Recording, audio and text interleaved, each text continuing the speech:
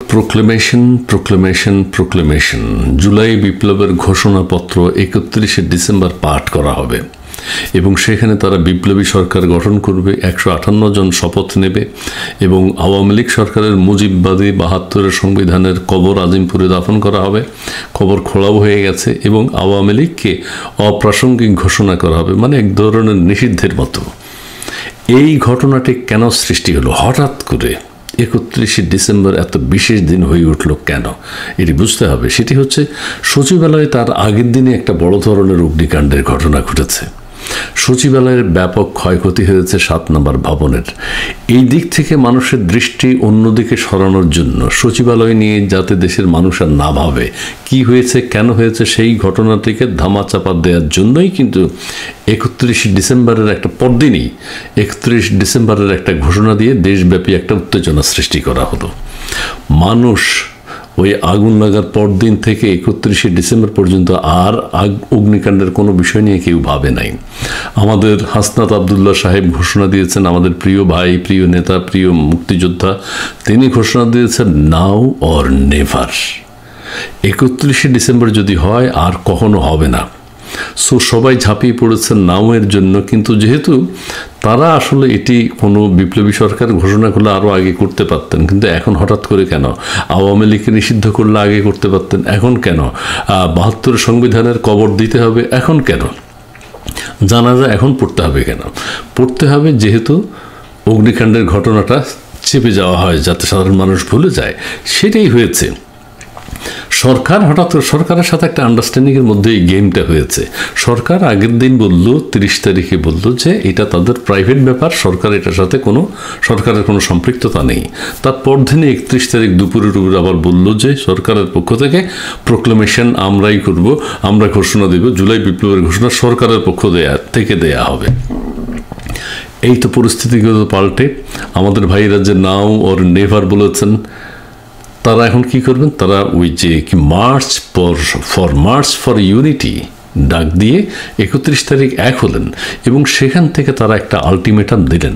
আমি একটা পরিষ্কার কথা বলি, সেটা হচ্ছে অগ্নিকাণ্ডের ঘটনাটিকে ধামাচাপা দেওয়ার জন্য একটা নাটক রচিত হয়েছে। সেই নাটকটির নাম হলো 31শে ডিসেম্বর।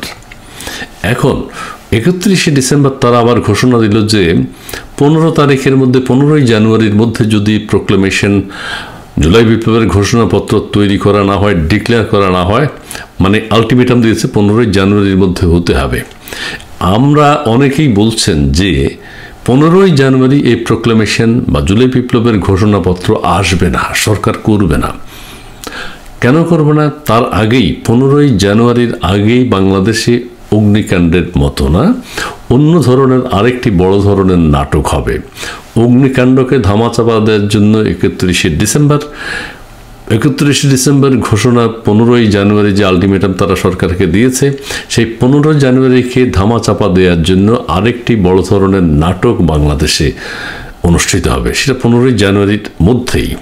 এবং সেই নাটকের কারণে, সেই ঘটনার কারণে সরকার বলবে এখন এই বিশেষ মুহূর্তে আমরা প্রোক্লেমেশন বা জুলাই বিপ্লবের ঘোষণা তৈরি করতে পারছি না অথবা দিতে পারছি না, বিলম্ব হচ্ছে।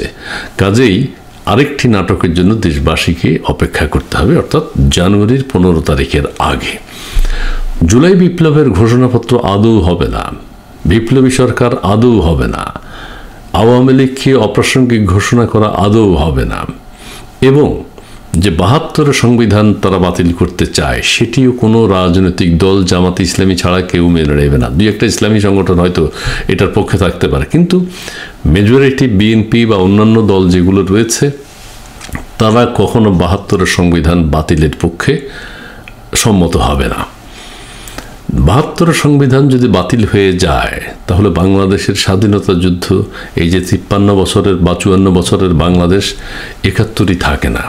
কাজেই এটি কখনো বাংলাদেশে বাস্তবায়িত হবে না। তারা 31শে ডিসেম্বর থেকে সরে এসছে যে জাতীয় এবং আন্তর্জাতিক বিভিন্ন ষড়যন্ত্রের কারণে তারা সরে এসছে। এটা একটা রাজনৈতিক, যদি ব্যর্থ হয় কখনো, রাজনৈতিক নেতারা যখনই কখনো ব্যর্থ হয় তখনই তারা বলে যে হ্যাঁ, জাতীয় এবং আন্তর্জাতিক ষড়যন্ত্রের কারণে আমরা পিছিয়ে এসেছি। কাজেই ছাত্র নেতারাও বলছেন যে জাতীয় এবং আন্তর্জাতিক ষড়যন্ত্রের কারণে 31শে ডিসেম্বর আমরা জুলাই বিপ্লবের ঘোষণাপত্র অথবা বিপ্লবী সরকার গঠন, 158 জনের শপথ গ্রহণ, আওয়ামী লীগকে অপ্রাসঙ্গিক ঘোষণা করা এবং সংবিধানের কবর রচনা করা, এগুলো সম্ভব হয়নি। আসলে এটা একটা ড্রামার পার্ট অফ ড্রামা। তারা যে আলটিমেটাম সরকারকে দিয়েছে, এটা তাদের আন্ডারস্ট্যান্ডিংয়ের ব্যাপার। সরকারের সাথে তাদের আঁতাত যে 15ই জানুয়ারির মধ্যে এটা হতে হবে, এটা হচ্ছে মুখ রক্ষার জন্য 15ই জানুয়ারির মধ্যে একটা আলটিমেটাম তারা দিয়েছে।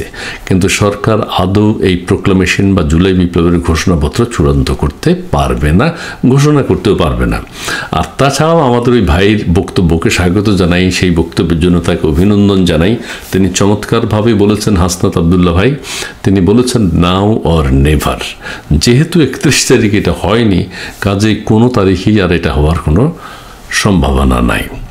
একটা জিনিস শুধু মনে করিয়ে দিই আবারও, পুরো সামারি যেটা, সেটা হচ্ছে অগ্নিকাণ্ডের ঘটনাকে, সচিবালয়ের অগ্নিকাণ্ডের ঘটনাকে ধামা চাপা দেওয়ার জন্য, দেশবাসীর দৃষ্টি অন্যদিকে সরিয়ে নেওয়ার জন্য 31শে ডিসেম্বর তৈরি হয়েছে। 31শে ডিসেম্বর তারা আলটিমেটাম দিয়েছে সরকারকে 15ই জানুয়ারির মধ্যে প্রোক্লেমেশন বা বিপ্লবের ঘোষণাপত্র চূড়ান্ত করতে হবে। 15ই জানুয়ারিকে ধামাচাপা দেওয়ার জন্য ওই দিন তারা ঘোষণা করতে পারবে না। 15ই জানুয়ারির ভিতরে আরেকটি বড় ধরনের নাটক মঞ্চস্থ হবে। অপেক্ষা করুন, দেখতে থাকুন প্রিয় দর্শক। ধন্যবাদ আপনাদের।